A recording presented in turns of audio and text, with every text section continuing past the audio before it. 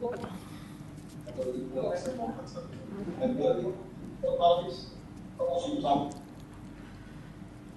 का दिन वास्तव में ही पर्यावरण की दृष्टि से कहें या वन विभाग की दृष्टि से कहें, हमारा ये जो 72वां वन महोत्सव हरियाणा प्रदेश का, इसका आज का ये दिन वन विभाग को समर्पित है।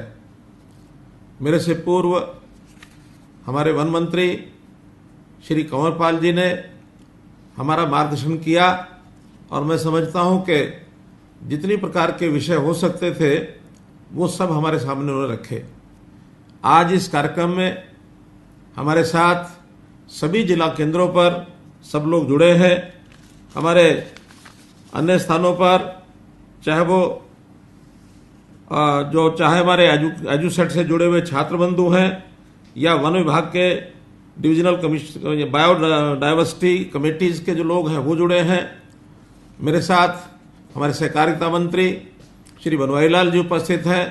अन्य स्थानों पर सभी हमारे केंद्रीय मंत्री, सभी हमारे सांसद, सभी हमारे विधायक, उपस्थित सभी सज्जनवृंद, आज के इस अवसर पर मैं आपको बहुत बहुत बधाई और बहुत बहुत शुभकामना देता हूं।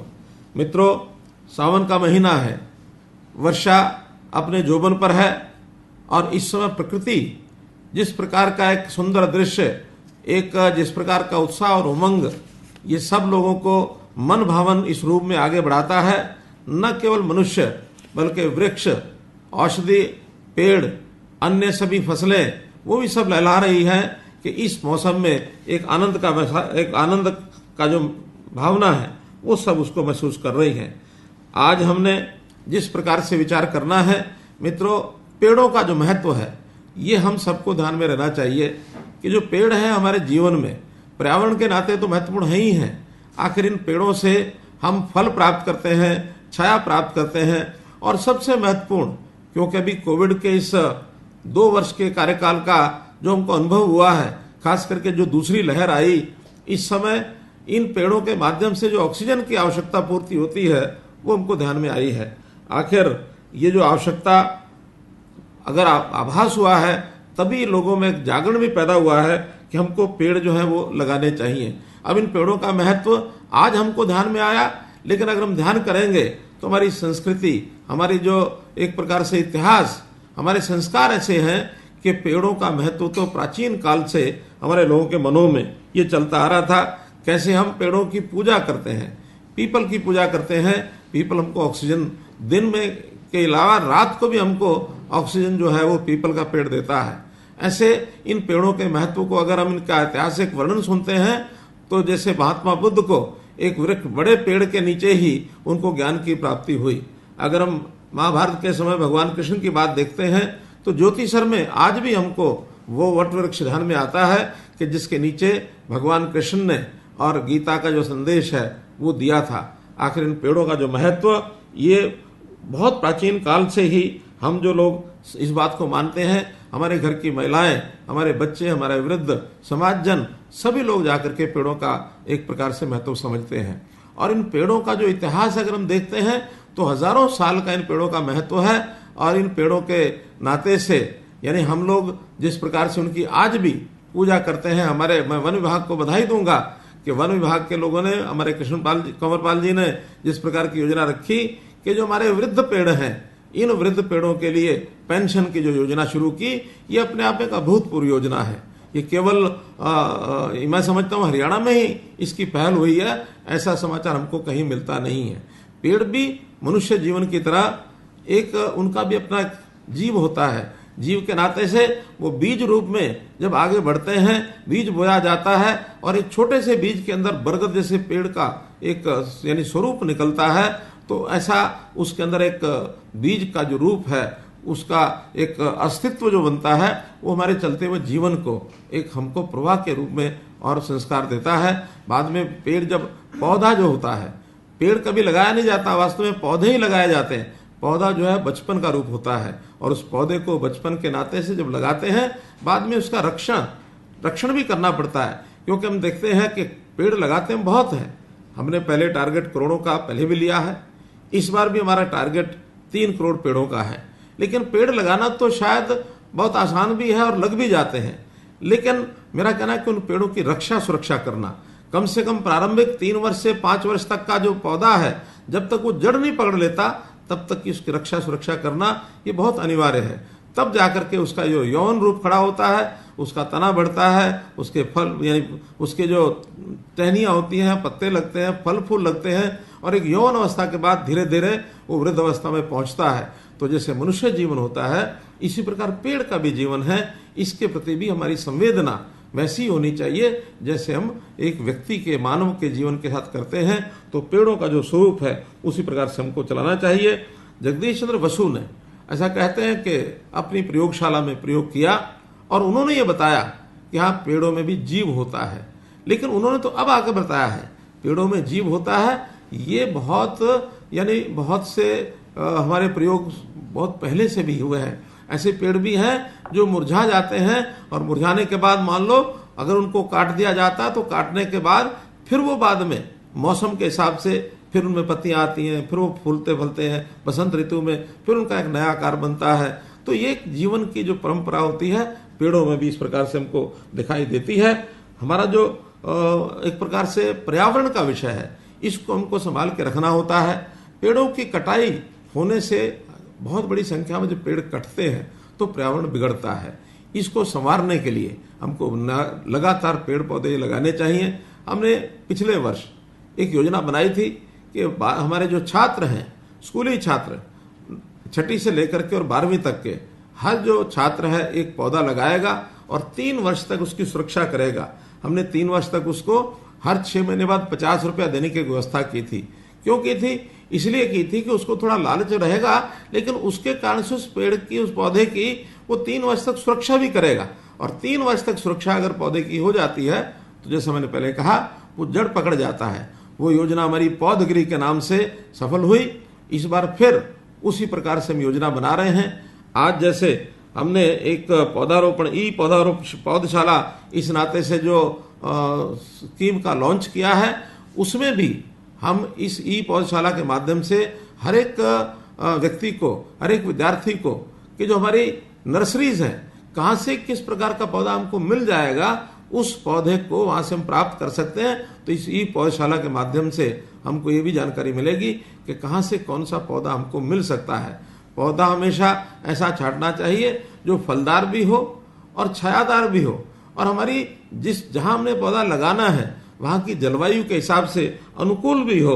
तो इस प्रकार के हमको पौधे की और सिलेक्शन करनी चाहिए। एक और बहुत जल्दी ऐप हम लेकर आने वाले हैं, वो है टैगिंग, जियो टैगिंग, पौधे की जियो टैगिंग।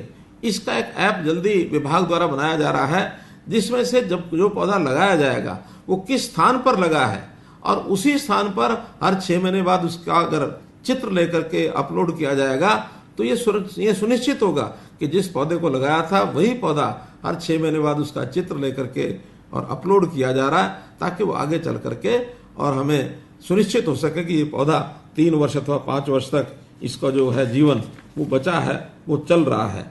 तो इसी प्रकार हम लोग ऐसा भी विचार करते हैं कि जो विद्यार्थी है वो अपने यानी विद्यार्थी काल के अंदर पौधों को महत्व दे। तो इसके लिए अभी शिक्षा मंत्री कंवरपाल जी से बात हो रही थी, संयोग से वो शिक्षा मंत्री भी हैं और वन मंत्री भी हैं। तो उन्होंने कहा कि जो विद्यार्थी हैं उनको पौधा लगाने के भी हम उनकी जो फाइनल परीक्षा है उसके अंदर कुछ अंक देने चाहिए। आपकी जानकारी के लिए फिलीपींस ऐसा देश है जो डिग्री प्राप्त करने के लिए उनके लिए जरूरी होता है कि हर विद्यार्थी 10 पौधे लगाए। अगर वो 10 पौधे लगाता है तभी वहां डिग्री मिलती है, वरना किसी विद्यार्थी को डिग्री नहीं मिलती है। तो हम भी अपने यहाँ कम से कम स्कूली विद्यार्थियों में +2 के जो 12वीं के विद्यार्थी हैं उनके असेसमेंट के मार्क्स होते हैं उनमें कम से कम 10 अंक का कोई एक ऐसा प्रावधान किया जाए ताकि उन विद्यार्थियों को लगे कि हमको पौधे लगाने हैं। तो पर्यावरण के नाते, पौधा लगाने के नाते से एक ये प्रयोग बहुत ही सफल रहने वाला है, इसका भी हमको ध्यान करना चाहिए। जैसा हम जानते हैं कि पौधे का कितना महत्व, यानी वृक्ष का कितना महत्व है। यानी मत्स्य पुराण में लिखा है 10 कूप समवापी, यानी 10 जो कुएं हैं वो एक बावड़ी के बराबर होते हैं। और ऐसे ही 10 वापी समोहद्र, यानी 10 जो बावड़ी हैं वो एक तालाब के बराबर होती हैं।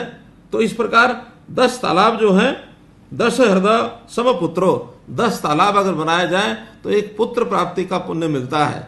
और 10 पुत्रों समो द्रुमा, द्रुमा यानी पेड़, 10 पुत्र का जब 10 पुत्रों का जो पुण्य है वो एक पेड़ लगाने का से भी वो पुण्य प्राप्त हो जाता है। तो एक पेड़ का कितना महत्व बताया गया है, ये मत्स्य पुराण के अंदर हमारे शास्त्रों में लिखा है। इसलिए इस पेड़ लगाने की इस काम को यदि हम बहुत ही गंभीरता से लेंगे तभी जाकर के हम इन चीजों को आगे बढ़ा सकते हैं। हमने पिछले दिनों के अंदर पेड़ लगाने का एक अभियान, जो वन लगाने का अभियान भी चलाया। उसके अंदर जितने भी शहर हैं उन शहरों में 5 एकड़ से 100 एकड़ तक हम जो है पेड़ लगाएंगे और उसका वन रखेंगे, उसका नाम रखेंगे ऑक्सीवन। ऑक्सीवन पिछले दिनों में 2 जगह करनाल और पंचकुला इसका उद्घाटन किया और उसके अंदर बाद में बाकी शहर भी उसी प्रकार के वन लगाने की अपनी तैयारी कर रहे हैं। ऑक्सीवन यानी वन वो जो ऑक्सीजन दे। तो 1 वर्ष तक जितने वन लगेंगे उसका हम नाम जो है ऑक्सीवन ये रखेंगे। कुरुक्षेत्र की जो 48 कोस की परिक्रमा है उसके अंदर 136 ऐसे तीर्थ स्थान हैं। तो ऐसे तीर्थ स्थानों के ऊपर सब जगह पर जो वन पंचवटी वाटिका, 134 तीर्थों पर पंचवटी वाटिका ये लगाने का अभियान चलाया है ताकि वहां भी हर एक यानी स्थान पर पंचवटी ये लगाया जाए। तो इस प्रकार हम लोग यदि अपने अपने क्षेत्र के अंदर वन विभाग का यानी महत्व बढ़ाएंगे तो हमारा जो क्षेत्र है अभी चूंकि मैदानी इलाका है तो मैदानी इलाके में पेड़ों का उतना ज्यादा कई बार अपने आप लगना, अपने आप उगना वो कठिन होता है, तो वो हमारे द्वारा लगाए जाने चाहिए। आज मात्र 7% क्षेत्र ऐसा है जो हमारा वन छादित क्षेत्र है। वन छादित और वन दोनों मिलाकर अगर हम इसको 20% करना चाहते हैं तो हमको एक बहुत बड़ी योजना बना करके, चाहे वो जनता हो, एनजीओज हो, सरकार हो, बाकी सबको मिल करके अपने 20% क्षेत्रफल के ऊपर हम कैसे पेड़ लगाएं, इसके लिए भिन्न भिन्न योजनाएं जो हमारे वन विभाग ने बनाई हैं या हमारा शिक्षा विभाग में साथ जुड़ा है या अन्य सब भी जुड़ेंगे तो इसके माध्यम से हम इस काम को सबको पूरा कर सकेंगे। इसके लिए एक वन मित्र योजना ये भी हम बना रहे हैं कि वन मित्र योजना यानी एक क्षेत्र में जो हमारे वन पेड़ लगे हैं उन पेड़ों की रक्षा सुरक्षा, उनकी संभाल करना, वो सामाजिक क्षेत्र के जो हमारे वॉलंटियर्स हैं वो यदि आगे आएंगे तो अपने अपने क्षेत्र के अंदर वो कितना ही क्षेत्र जो है सेलेक्ट कर सकते हैं। 1 स्क्वायर किलोमीटर ले सकते हैं, 2 स्क्वायर किलोमीटर ले सकते हैं, अपना गांव ले सकते हैं। तो वन मित्र बन करके अपने पेड़ों की यानी जितनी भी आज उपस्थिति है उनको बनाए रखना और अधिक पेड़ कैसे लगाए जा सकते हैं इसका भी वो प्रावधान करेंगे। तो मैं समझता हूं कि इस इनोवेटिव एक कार्यक्रम जो है इसके माध्यम से हमको लाभ होगा। ऐसे ऐसे समाज में उदाहरण मिलते हैं जो वन के प्रति कितना प्रेम रखते हैं। हमने नाम सुना होगा सुंदरलाल बहुगुणा का। सुंदरलाल बहुगुणा ने एक आंदोलन चलाया, चिपको आंदोलन। पर्यावरण की दृष्टि से उनका मत यह था कि कोई पेड़ कटना नहीं चाहिए। हालांकि ये बात ठीक है कि मनुष्य जीवन की प्रगति में आज पेड़ों की भी आवश्यकता है, वहां विकास की भी आवश्यकता है। तो विकास और पेड़ इन दोनों का संतुलन ये रखना बहुत जरूरी है।